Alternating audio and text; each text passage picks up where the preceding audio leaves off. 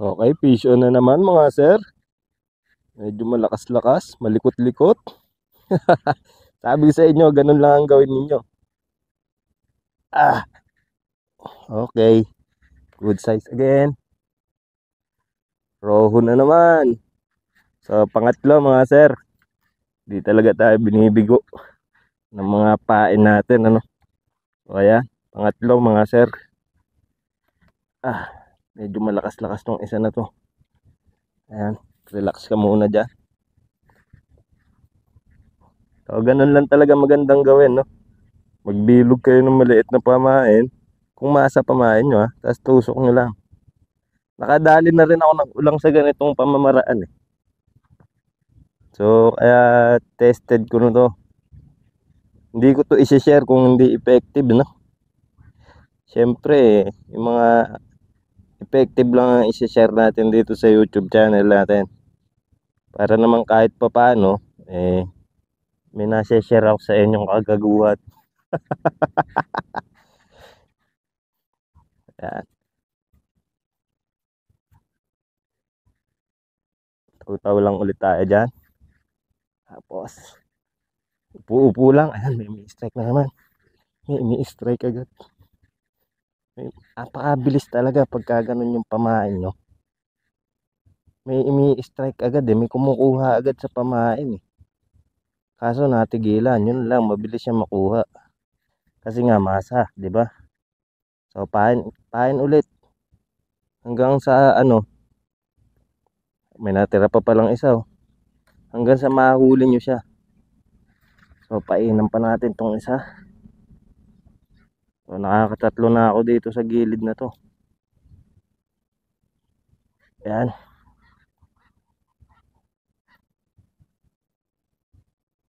Yun, isa lang yung pain natin. Nalaglag yung isa.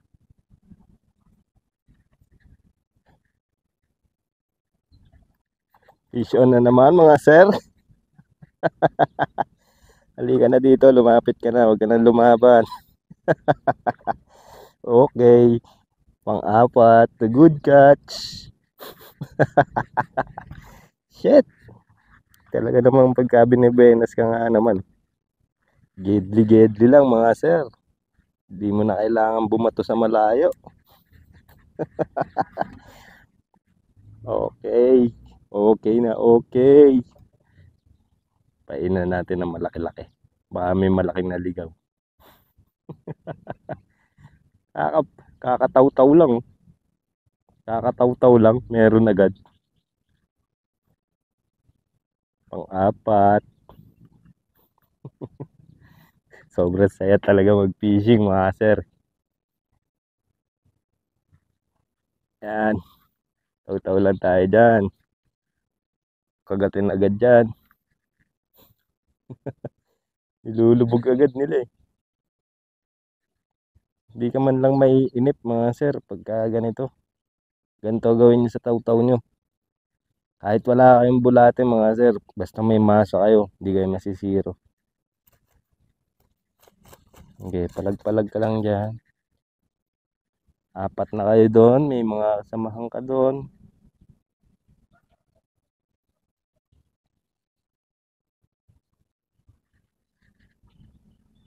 Yan mga sir, tinatakbo yung floater natin. So huli na naman, dalawa mga sir. Uy, first time in the history. First time ko makadalawa dito sa ilog ah. Sabay sila, dalawa. First time ko po dito sa ilog makadalawa ng sabay ng isda. Pang ilan na natin daw, pang anim mga sir. Talaga namang binibenas tayo sa gutur.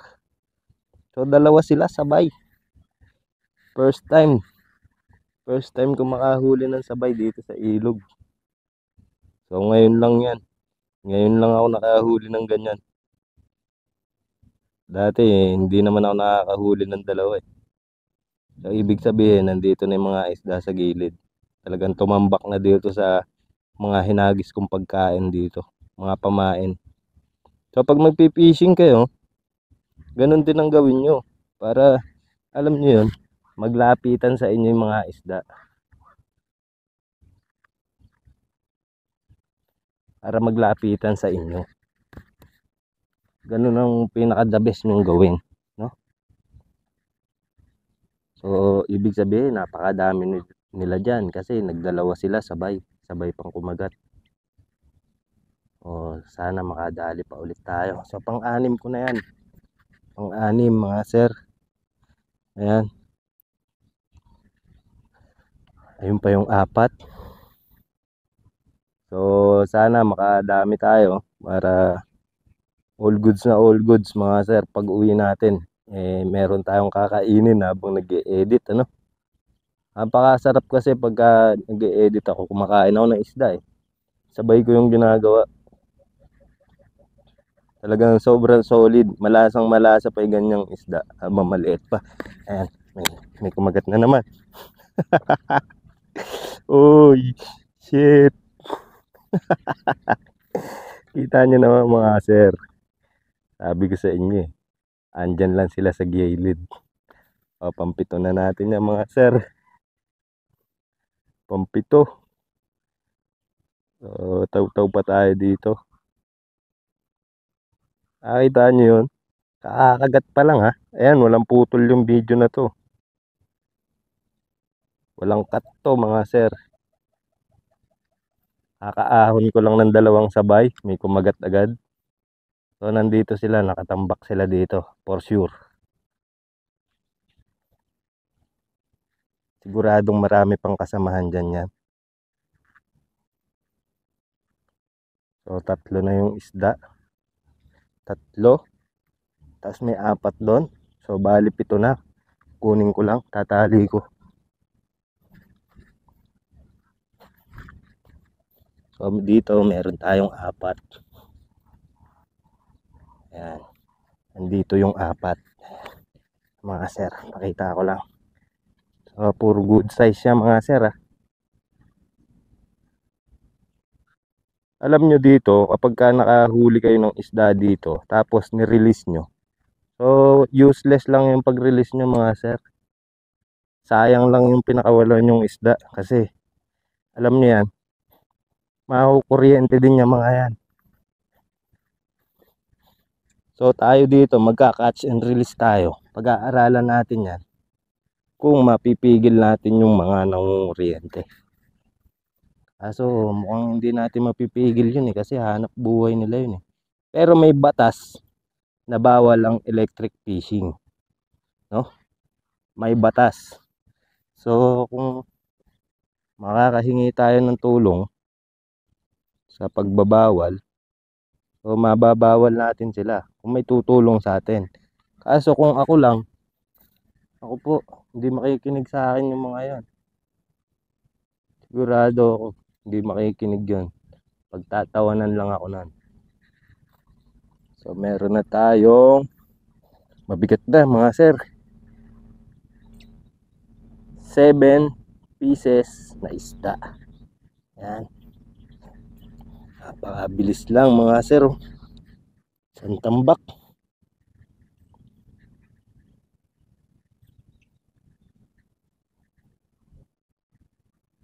Isang tambak agad.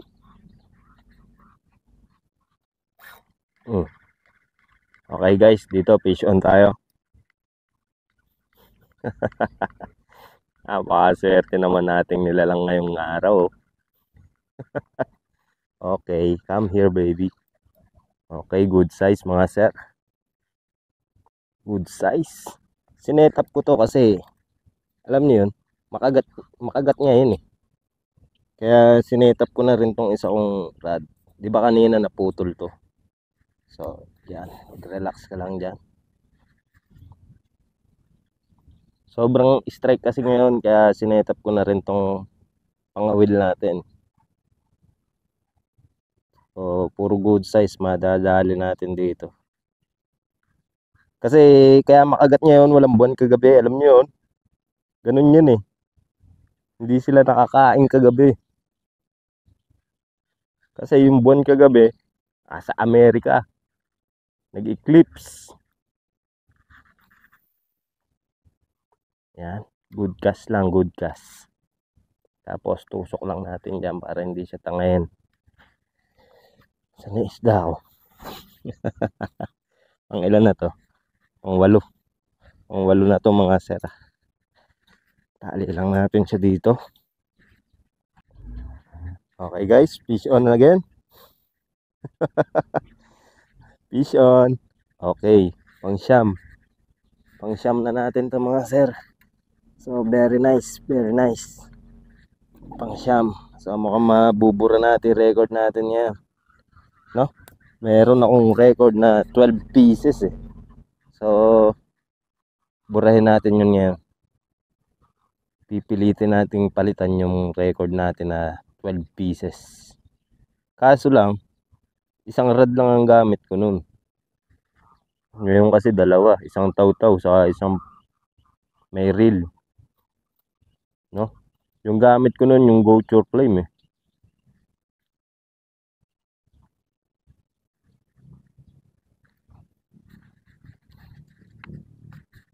So pero pagka lumampas doon, so mabre-break ko na yon. Ito lang gamit ko noon dati.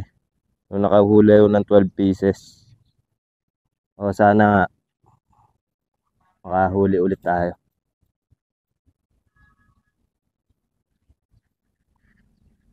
So pang-siyam na natin. Ilan na lang ang kulang para ma-break natin ang record. So pang-siyam. Kulang na lang ng 4, ma-break na natin record natin. So personal record. Puro good size na yung mga isda. Diba? Kasarapan, bibiyakin nyo mga sir, tas bababad sa suka. Templado. Napakasarap, men. Promise.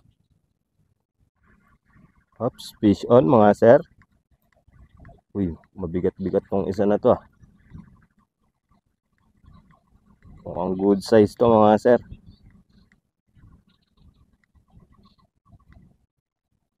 Uy, hindi ka na dito, men. Uy, good size, men. Pakalaki. Di ba? Hindi talaga tayo masisiro dito sa pamain na to. Oh, kita niyan. Huli ko sa masa yan. Okay, pang-10 mga sir. So, konti na lang kailangan natin. Mabre-break na natin record. So, cast pa tayo dahil maaga pa. Yan. Kakas pa ako. Yung taw-taw ko, nakataw-taw pa rin. So, may strike sa taw-taw. Di ko lang madali. Siguro maliit. So, yan. Pain ulit. I-breakin natin yung record natin dito bago tayo umuwi.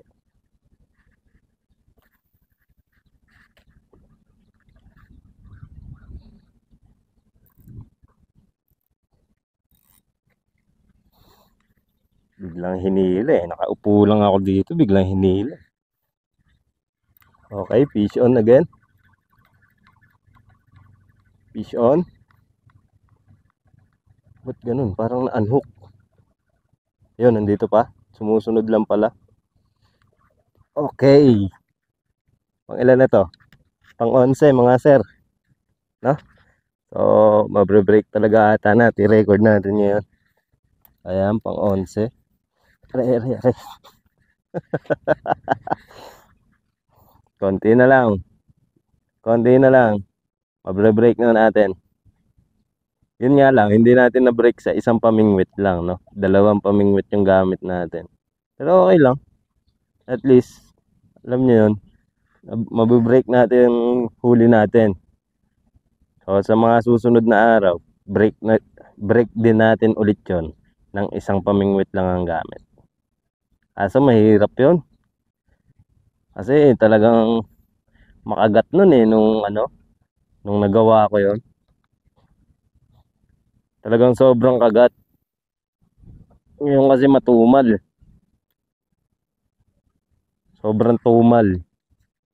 Pero kahit pa paano nakaka-onsing huli na tayo, no? So meron pa rin. Meron pa rin. Yun nga lang, gamit ko nga dati kasi ito lang. Itong isang pirasong Go-Chur lang. Isang piraso lang, dami kong naging huli.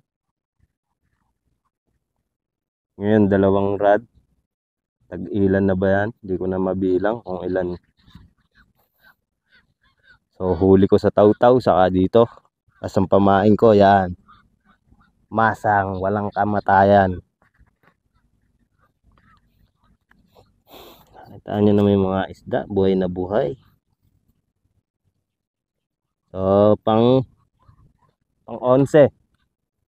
Pang 11 na. Or pang siyam. Hindi ko matandaan. Bilangin ko na lang. So, ayan mga sir, 11 na sila. O, isang tambak na naman. Isang tambak na naman. Isang tambak na naman ang huli ni Tan Hook set. So, 11 na. So, isa na lang. Magiging 12 na. Tapos, 13. Break the record na. Dami na naman lilinisin ni mama.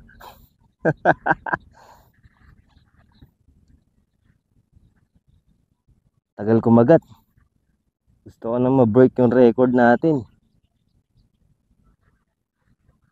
Di ko alam kung mahaba na itong video na to. Kung mahaba na at hindi natin kaya, siguro magiging dalawang part ito. Part 1 saka part 2, no? So, titingnan natin mamaya habang ine-edit natin. Dito makagat eh. Kataw-taw. Talagang solid. Oh, wala agad pamain. Lalo na siguro kung bulate ang gamit ko dito. Talagang lahat ng isda kakagat. Kaso wala nga tayong bulate.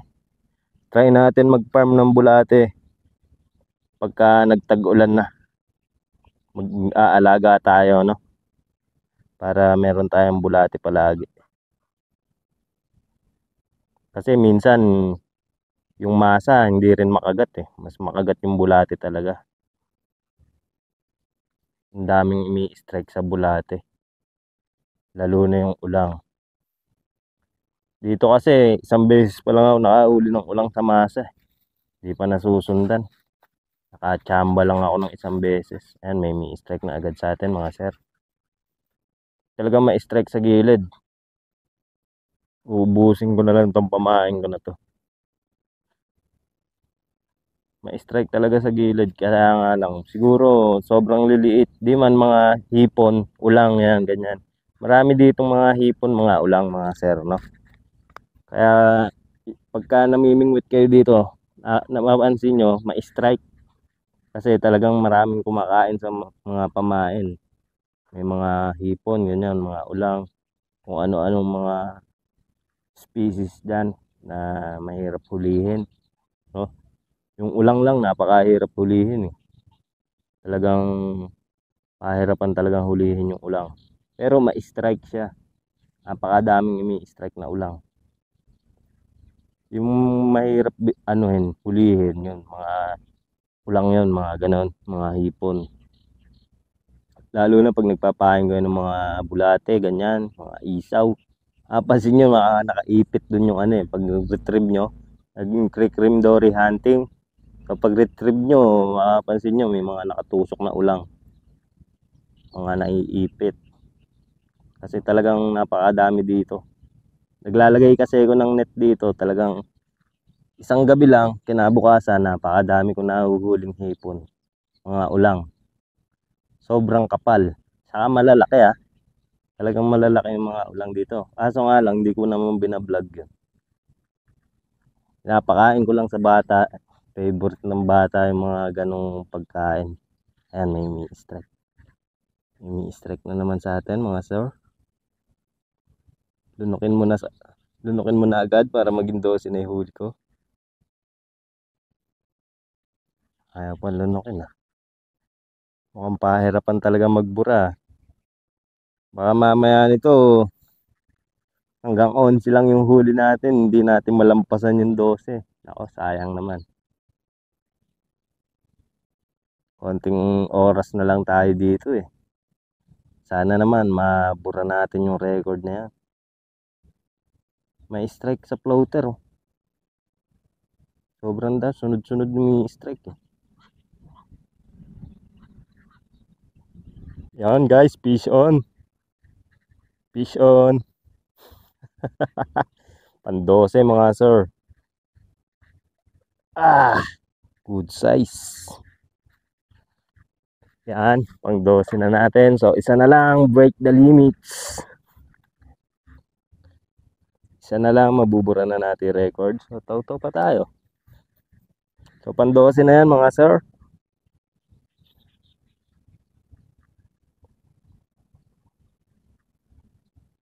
Isa na lang. Ito na ang highest record natin, personal highest record. So, sana makahuli pa tayo. Tsaka, uubusin ko na rin yung pamain ko dito. Mamaya na ako uuwi. Yan.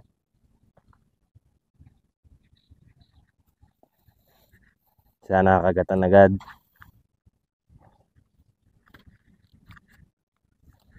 Isa na lang.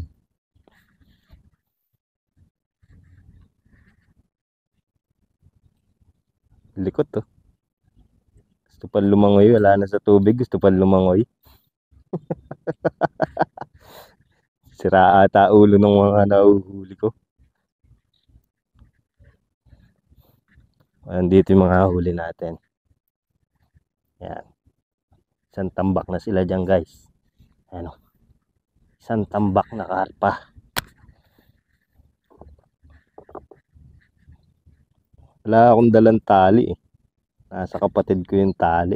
Binigay ko kasi sa kanya isda. So ayan, 12 na yan. Mabigat na, may 1 kilo na eh.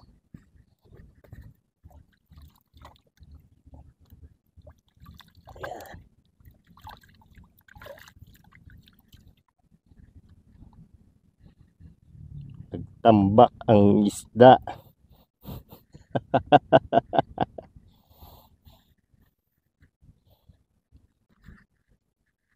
Mga sir, nakaisnag ako ng malaking isda, no? Habang nire-retrieve ko, ayan oh, tumama sa malaking isda. Oh.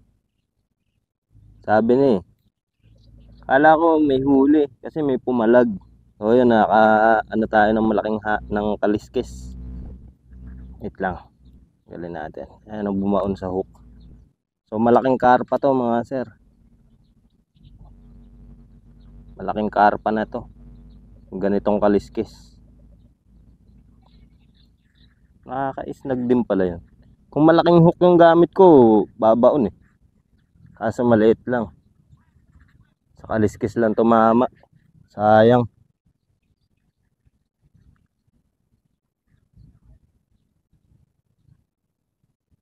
Pag retrieve ko, biglang pumalag. Biglang pumalag yung etong rod. Biglang nagkaroon ng tension. Sayang lang, hindi pa bumaon. No? Para sana malaki-laking isda. Laki ng kaliskis eh. Ibig sabihin, malaking isda yan. Oh, diba? Siguro mga 1 kilo mahigit na isda yung pinanggalingan ng kaliskis na yan. Okay guys. Fish on. Fish on tayo dito sa may reel.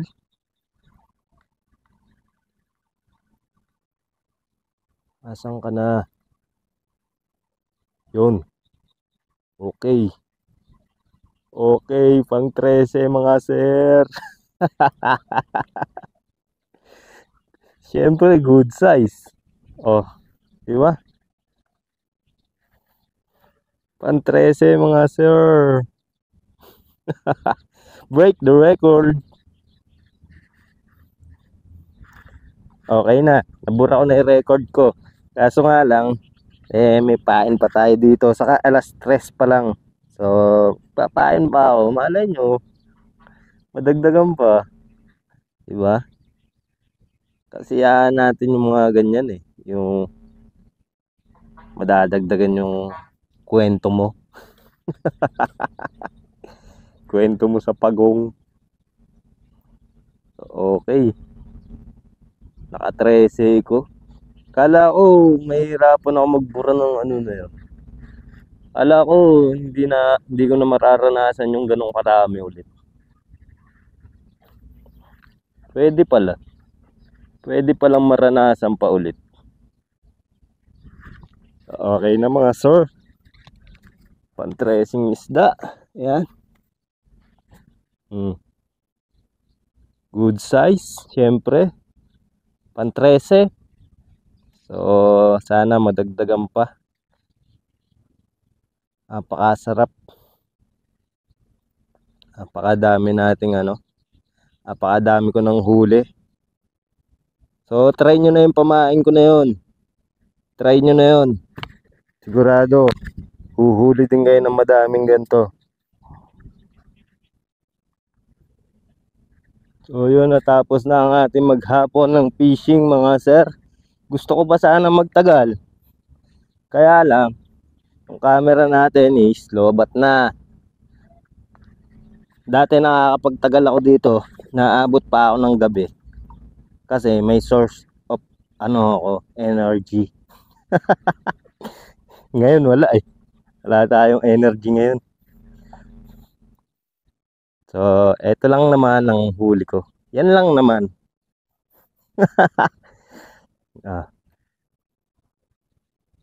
Eto lang naman. Tiisin yung talsik man thumbnail. Gamitin nyo na yung pamain na to mga sir. Talagang sobrang sulit. So 13, no? 13 isda ang ating uuwi ngayon mga sir. Yan. Oh shit. Okay. Hanggang dito na lang tong video na to. And peace out.